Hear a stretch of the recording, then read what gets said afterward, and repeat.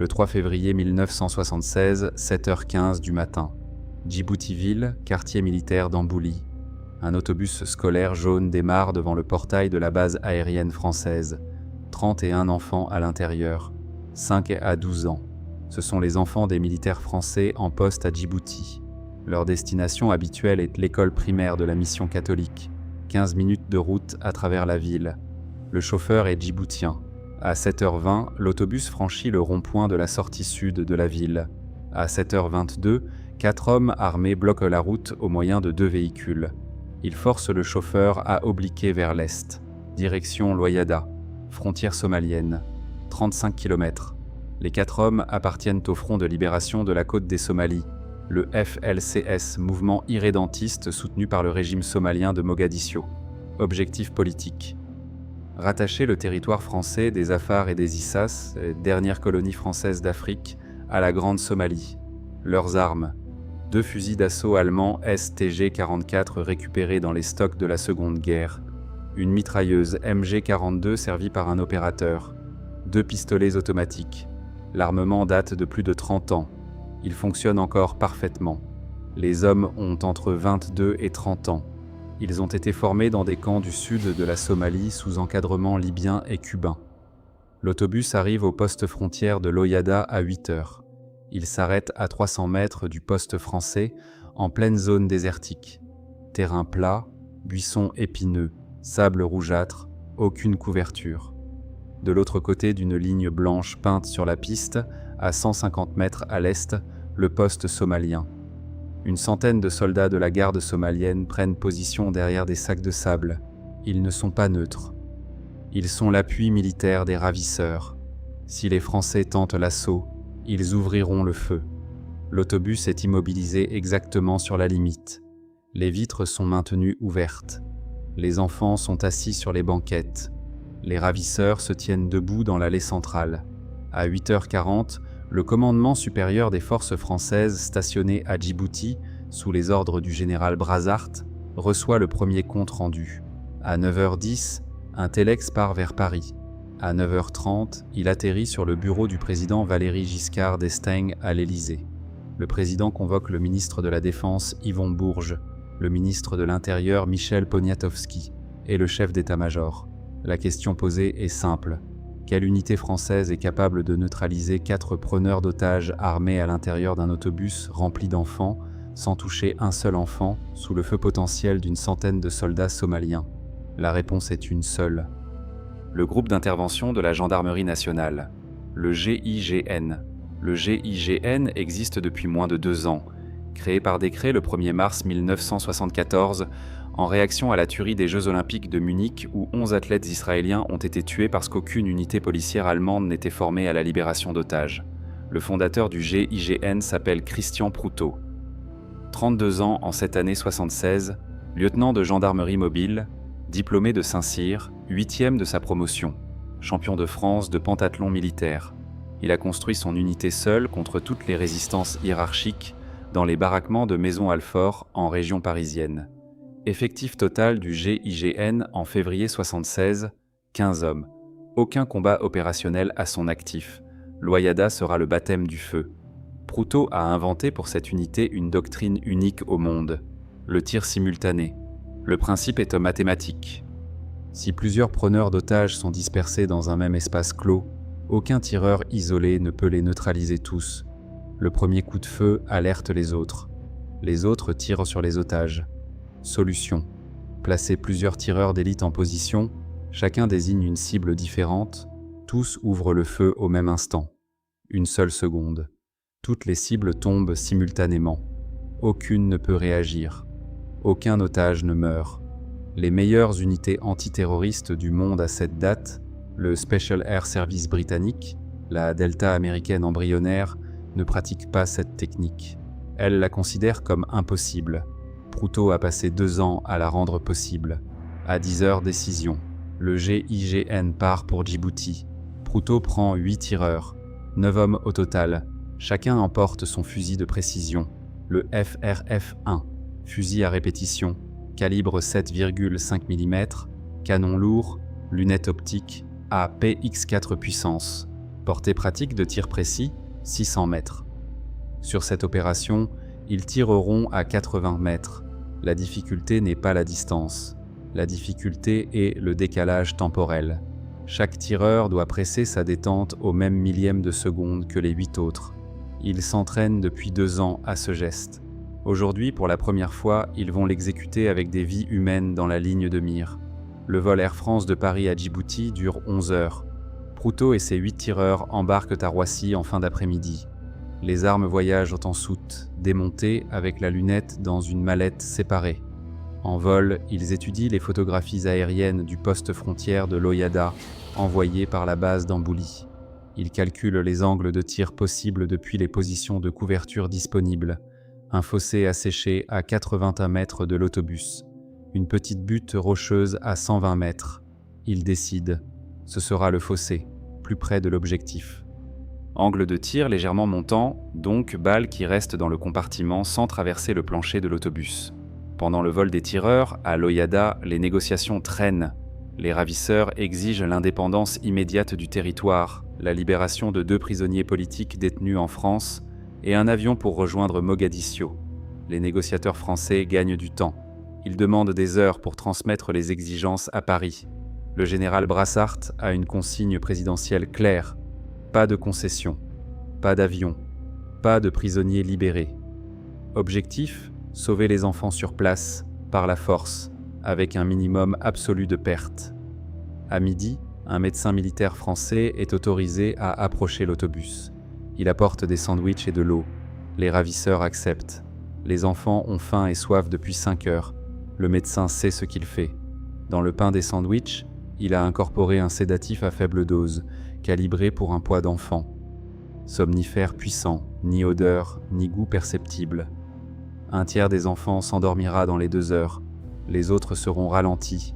C'est essentiel pour la suite. Un enfant qui bouge au moment du tir des snipers peut se lever, se pencher, entrer dans la ligne de mire. Il faut qu'il reste aussi immobile que possible sur les banquettes. Les ravisseurs consomment aussi les sandwichs. 3 d'entre eux mangent. Le 4e refuse. Il reste éveillé. L'opération devra tenir compte de ce déséquilibre. Le 2e régiment étranger de parachutistes, 2 REP, est en garnison à Corte, en Corse. À l'annonce de la crise, un détachement de 50 légionnaires part immédiatement pour Djibouti. Ils voyagent par avion militaire. Ils arrivent avant les tireurs du GIGN.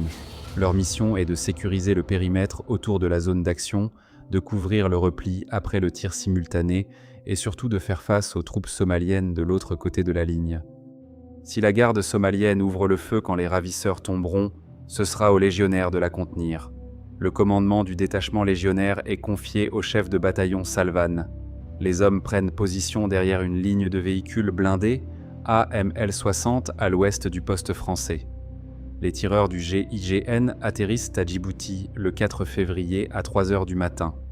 Ils rejoignent Loyada en convoi rapide. Reconnaissance visuelle au petit jour. Proutot observe l'autobus à la jumelle depuis 200 mètres. Les ravisseurs sont visibles par intermittence à travers les vitres. Ils circulent. Ils changent de position. Le 4e, celui qui n'a pas mangé, est le plus agité. Il se tient debout à l'avant, près du chauffeur. Proutot attribue une cible à chaque tireur. Sniper 1, ravisseur avant. Sniper 2, ravisseur milieu droite.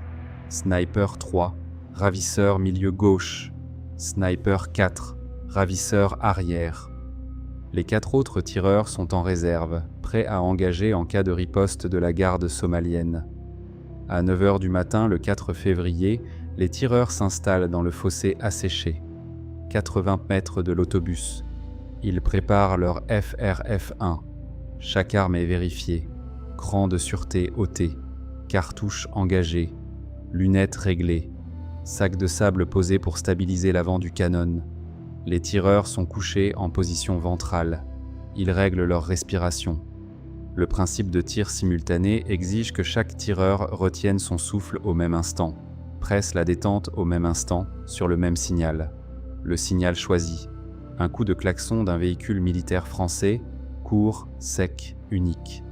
Ce klaxon sera actionné par Proutot depuis un poste de commandement en retrait, quand les 4 ravisseurs seront simultanément visibles et statiques. Le premier problème apparaît immédiatement. Les ravisseurs ne sont jamais simultanément immobiles au même moment. L'un se penche pour parler à un enfant, un autre traverse le couloir central, un troisième reste caché derrière le pilier du milieu. Proutot attend. 1 heure, 2 heures. Les tireurs restent dans la position. 100 mm seulement à droite ou à gauche peuvent transformer une balle destinée à un ravisseur en balle qui traverse un enfant. La chaleur du désert monte. 38 degrés à l'ombre. Les tireurs boivent par tubes reliés à des gourdes cachées sous leur corps. Ils ne bougent pas. Les enfants somnolent progressivement. Le sédatif fait effet. 11 heures du matin. Une opportunité brève apparaît. Les 4 ravisseurs sont visibles en même temps pour la première fois. Proutot lève la main, puis il l'abaisse. L'un des ravisseurs a fait un pas latéral au dernier instant. Trop tard. La fenêtre est passée. Attente. 12h10. Nouvelle configuration. Proutot lève à nouveau la main. Cette fois, il maintient. Il évalue une demi-seconde. Il fait signe au chauffeur du véhicule de commandement. Le klaxon retentit. Une note brève, sèche, sans écho. À l'instant même, les 4 tireurs pressent leur détente. Un seul bruit collectif dans le désert. Une seule seconde. Les 4 ravisseurs tombent au même instant à l'intérieur de l'autobus. Le tir simultané a fonctionné exactement comme la doctrine le prévoyait. Aucun ravisseur n'a eu le temps de réagir. Aucun n'a eu le temps de tirer sur les enfants. Les balles de 7,5 mm ont touché chaque cible à la tête ou au haut du buste, angle calculé pour éviter les banquettes, projectiles restés à l'intérieur du compartiment. Mais dans la seconde qui suit, l'imprévu. Un 5e homme, resté caché à l'arrière de l'autobus, invisible depuis les positions de tir, ouvre le feu avec un pistolet automatique. Il vise les enfants. 2 d'entre eux sont touchés à bout portant, l'un à la tête, l'autre au thorax. 5 autres sont blessés par ricochet ou éclat de verre. Simultanément, comme prévu, la garde somalienne ouvre le feu de l'autre côté de la ligne. Des rafales de mitrailleuses balayent la position française. Le détachement du 2e régiment étranger de parachutistes riposte immédiatement. Les AML-60 des légionnaires ouvrent le feu au canon de 20 mm. Les fusils MAT-49 des paras crépitent. En 5 minutes, la position somalienne est saturée. Les gardes se replient dans le désordre. Un légionnaire est blessé, aucun tué du côté français. Les 4 tireurs de réserve du GIGN se déplacent en courant vers l'autobus. Ils prennent d'assaut la porte avant. Le 5e ravisseur est abattu à bout portant. L'autobus est sécurisé à 12h30. L'évacuation commence dans la minute suivante. 2 enfants sont morts. Un garçon de 7 ans, une fille de 9 ans. 5 autres sont blessés, dont 2 gravement, mais vivants. 24 enfants sont indemnes. Ils sont ralentis par le sédatif. Certains dorment encore. Les légionnaires les portent un par un jusqu'au véhicule blindé. Les blessés sont chargés dans des ambulances militaires françaises et évacués immédiatement vers l'hôpital Bouffard de Djibouti. Le médecin militaire qui avait apporté les sandwichs monte dans la première ambulance. Il ne parlera à personne pendant les 3 jours suivants. Il sauvera cependant les 2 enfants gravement blessés grâce à sa proximité immédiate. À 13h, Proutot est debout devant l'autobus. Il fait le décompte. 29 enfants sauvés sur 31. 5 ravisseurs tués. Un légionnaire blessé. Nombre indéterminé de gardes somaliens tués ou blessés. Probablement une dizaine. Le tir simultané a exécuté sa mission avec la précision prévue. Les 2 enfants morts ne sont pas tombés sous les balles du GIGN. Ils sont tombés sous les balles du 5e ravisseur, invisible depuis les positions de tir. Proutot sait qu'il portera cette responsabilité toute sa vie. Il sait aussi que l'unité vient de faire la démonstration mondiale de la validité de sa doctrine. L'information circule dans les jours qui suivent. Les rapports français sont d'abord classifiés. Mais l'attaché militaire britannique à Paris, informé par ses homologues du renseignement, transmet un compte-rendu détaillé au Special Air Service. Le rapport atterrit sur le bureau du colonel de la Billière, commandant du Special Air Service à Hereford. Il ordonne l'étude immédiate de la technique française. 2 ans plus tard, en 1978, Le Special Air Service organise son propre protocole de tir simultané. En 1980, lors de l'assaut de l'ambassade iranienne à Londres, l'opération Nimrod, les Britanniques appliqueront la doctrine française. Elle est aujourd'hui utilisée par toutes les unités antiterroristes du monde. De l'autre côté de l'Atlantique, le colonel américain Charles Beckwith construit la Delta Force. Il envoie un officier de liaison à Maison-Alfort pour observer le GIGN à l'entraînement. Le rapport de cet officier est intégré dans la doctrine fondatrice de la Delta. En 1980, lorsque la Delta tente le sauvetage des otages américains en Iran, l'opération Eagle Claw, elle applique une version adaptée du modèle GIGN. L'opération échoue pour des raisons logistiques sans rapport avec le tir simultané. Mais le modèle a été adopté. En Allemagne, le GSG-9, récemment créé après Munich, envoie une délégation officielle en France pour étudier la même doctrine. La méthode française devient méthode mondiale. À Djibouti, la conséquence politique est immédiate. Le front de libération de la côte des Somalies est décapité. Ces camps d'entraînement en Somalie sont bombardés dans les semaines qui suivent par l'aviation française. Le régime de Siad Barre à Mogadiscio abandonne son soutien au FLCS et reconnaît officiellement la frontière du territoire français des Afars et des Issas. Un an plus tard, le 27 juin 1977, ce territoire accède à l'indépendance sous le nom de République de Djibouti. La transition est pacifique, la présence française militaire est maintenue par accord de défense et le nouveau président Hassan Gouled Abtidon signe un traité de coopération avec Paris. La France quitte respectée, elle reste alliée. Le lieutenant Christian Proutot est promu capitaine dans les semaines qui suivent l'Oyada. Il continue à commander le GIGN pendant 7 ans supplémentaires. Sous son commandement, l'unité conduit plus de 600 opérations, libère plus de 500 otages et devient la référence mondiale du contre-terrorisme. Il quitte le GIGN en 1983 pour prendre la direction du groupe de sécurité de la présidence de la République. Il est décoré de la Légion d'honneur, de la médaille militaire et de la Croix de la valeur militaire. En 2018, il publie ses mémoires. Le chapitre consacré à l'Oyada s'intitule simplement « La seconde qui a changé le contre-terrorisme ». Les 8 tireurs qui ont exécuté le tir simultané ce 4 février 1976 sont restés anonymes pendant 40 ans. Leurs noms n'apparaissent dans aucun document public. La règle du GIGN est absolue. Le tireur n'existe pas. Seule l'unité existe. En 2016, pour le 40e anniversaire de l'Oyada, la Gendarmerie nationale a publié une notice d'histoire officielle. Elle ne mentionne pas les noms. Elle mentionne seulement le résultat. 29 enfants ramenés à leurs parents. 5 ravisseurs abattus en 1 seconde. Doctrine française validée sous le feu. Un légionnaire blessé. Aucun tué. 2 enfants morts. Un chagrin permanent. Le 2e régiment étranger de parachutistes reçoit à l'Oyada la mention à l'ordre du régiment pour son action. Le chef de bataillon Salvan est décoré. 3 ans plus tard, en 1978, le même régiment sautera sur Kolwezi au Zaïre pour sauver 2000 otages européens. Le lien opérationnel entre l'Oyada et Kolwezi n'est pas un hasard. C'est la même doctrine française, la même unité de choc, la même culture d'intervention. Le 2REP considère depuis 1976 que l'Oyada fait partie de son patrimoine de combat, au même titre que Cameron en 1863 ou Dien Bien Phu en 1954. Les 29 enfants sauvés à l'Oyada ont aujourd'hui entre 55 et 62 ans.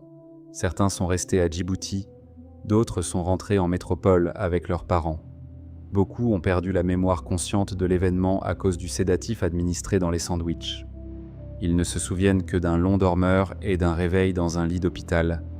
Certains ont appris ce qui leur était arrivé par les journaux, des années après. En 2016, une association a été fondée à leur initiative. Les oubliés de l'Oyada. Objectif: faire reconnaître les enfants comme victimes officielles du terrorisme, avec les droits associés. La reconnaissance a été accordée par décret en 2019. Une allée du 12e arrondissement de Paris porte depuis 2023 le nom d'allée des enfants et victimes de la prise d'otages de l'Oyada. La cérémonie d'inauguration a réuni les anciens otages, des représentants du GIGN et du 2e régiment étranger de parachutistes, la famille du général Brazart et le fils du chef de bataillon Salvan. Christian Proutot, âgé de 78 ans, était présent. Il a pris la parole. Il a rappelé un seul chiffre. 29. Il n'a pas parlé des 2 enfants qui n'étaient pas rentrés. Il a dit qu'il vivait avec cela chaque jour depuis 47 ans. Le tir simultané de l'Oyada est enseigné aujourd'hui dans tous les centres de formation contre-terroristes occidentaux. Il est mentionné dans les manuels français, britanniques, allemands, américains, israéliens. Il est étudié dans les académies militaires russes et chinoises comme référence historique. Il constitue la naissance officielle du contre-terrorisme moderne. Avant l'Oyada, l'intervention face à une prise d'otage consistait à négocier, temporiser, céder. Après l'Oyada, l'intervention consiste à observer, préparer, tirer ensemble en une seconde. Cette seconde est française. Elle a été inventée à Maison-Alfort, testée à l'Oyada, adoptée par le monde. Le poste frontière de l'Oyada existe toujours. Il sépare aujourd'hui la République de Djibouti et la République somalienne. Le bâtiment est presque inchangé depuis 1976. Un piquet de commémoration a été installé en 2011 à l'endroit exact où l'autobus s'était immobilisé. Les enfants sauvés y sont revenus plusieurs fois en pèlerinage collectif. Ils déposent des cailloux blancs, coutume djiboutienne. Chaque caillou porte un prénom d'enfant. 29 cailloux vivants, 2 cailloux muets. Ils sont côte à côte dans la poussière rouge du désert des Afars et des Issas. À Maisons-Alfort, le siège actuel du GIGN, une pièce est consacrée à l'Oyada. Elle contient un FRF1 d'époque, une carte du poste frontière, une photographie aérienne de l'autobus et le compte-rendu opérationnel manuscrit de Christian Proutot, signé le 5 février 1976. Le compte-rendu contient une phrase à la dernière ligne, écrite en majuscules. La doctrine du tir simultané est validée. Une seconde suffit. Elle suffira à chaque opération qui suivra. Chaque nouvelle recrue du GIGN passe dans cette pièce pendant sa formation. Elle reste silencieuse. Elle regarde le fusil, elle regarde la photographie, puis elle sort. Un instructeur lui rappelle une seule chose. Ce jour-là, 80 mètres séparaient 9 gendarmes français de 31 enfants. Cette distance a été franchie en 1 seconde par 4 balles françaises. Depuis 1976, le GIGN a mené plus de 2000 interventions. Il a libéré plus de 1500 otages. Il a perdu 4 opérateurs en opération, tous en Afrique. Il a été de tous les grands moments du contre-terrorisme français. Marignane en 1994 contre le vol Air France 8969. La Mecque en 1979 en soutien discret à l'armée saoudienne. Djibouti en 1993, Bordeaux en 2014, Nice et Bataclan en 2016. Chaque opération porte l'empreinte de l'Oyada, la seconde française, le tir qui frappe ensemble. Aujourd'hui, au musée de la Gendarmerie nationale à Melun, la vitrine consacrée au GIGN présente au premier plan une plaque de laiton gravée. Sur cette plaque, une phrase de Christian Proutot prononcée en 2016.